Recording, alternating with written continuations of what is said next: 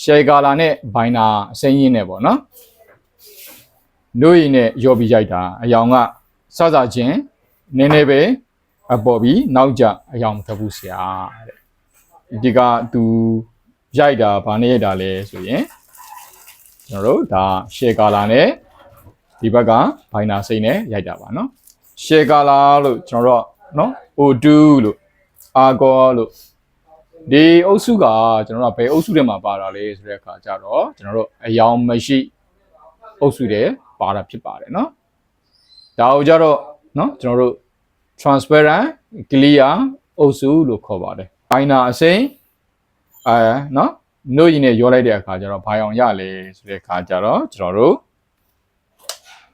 အယောင်ရင်းရပါတယ်เนาะဒါဆိုရင်ဒီအယောင်ရင်းကကျွန်တော်တို့ကဘယ်ပုံမှာရိုက်လို့ရမှာလဲဆိုလို့ရှိရင်ပိတ်ဖြူပိတ်အနုပေါ်မှာကျွန်တော်တို့ရိုက်ရင်ဖြစ်ပါတယ်เนาะပိတ်ရင်ပေါ်မှာကျွန်တော်တို့ဒါရိုက်ရိုက်လို့မရပါဘူးเนาะပိတ်ရင်ပေါ်မှာကျွန်တော်တို့ရိုက်မယ်ဆိုလို့ရှိရင်ဒီကလူချင်းမင်းပြောသလိုပဲစစရိုက်ချက်မှာထင်မယ်ဖြည်းဖြည်းနဲ့ကျွန်တော်တို့မိန်သွားမှာဖြစ်ပါတယ်ဒါဆိုရင်ကျွန်တော်တို့က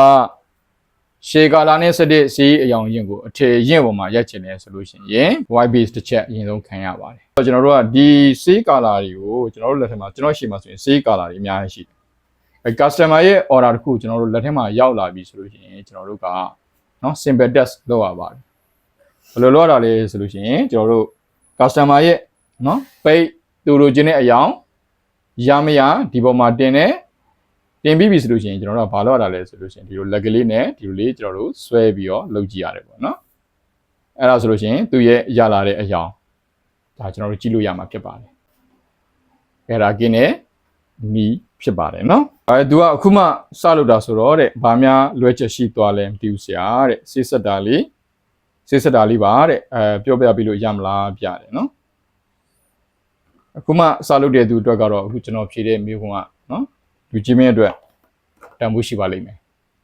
တည်ကျင်တဲ့မျိုးခွန်းလေးတွေရှိတယ်ဆိုလို့ရှိရင်ကွန်မန့်ရဲ့အောက်မှာမေးမြန်းခဲ့ပါ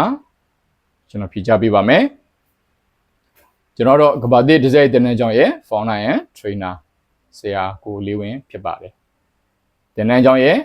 ဖုန်းနံပါတ်က399282645656ဖြစ်ပါတယ်ဒီဇိုင်းတင်တဲ့ကိုကျွန်တော်တို့အပြင်တင်တဲ့နေဖွင့်ပေးထားတယ်